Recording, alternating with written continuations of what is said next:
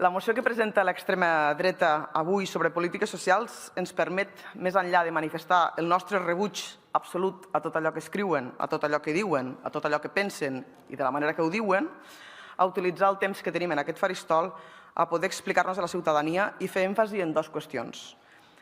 La primera, dediquen bona part de la moció a parlar de la manca de finançament. Estem d'acord, però evidentment no hi votarem a favor. La Generalitat de Catalunya pateix un infrafinançament endèmic.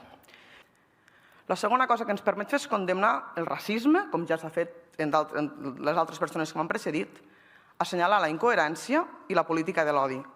L'objectiu no és altre que confondre deliberadament a les persones, falsejar dades, tractant de privilegiats a persones en situació irregular, quan la majoria de vegades aquestes famílies es troben en major risc de pobresa i són les principals necessitades del nostre país. Però a la vegada no recorda que Vox va votar en contra de la reforma de les pensions.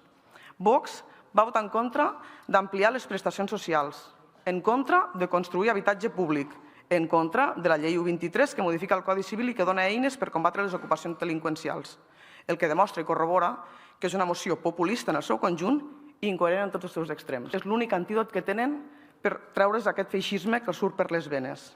El populisme, la confrontació, el racisme, la xenofòbia, el masclisme i l'odi al diferent no estan inclosos ni permesos en aquesta cambra.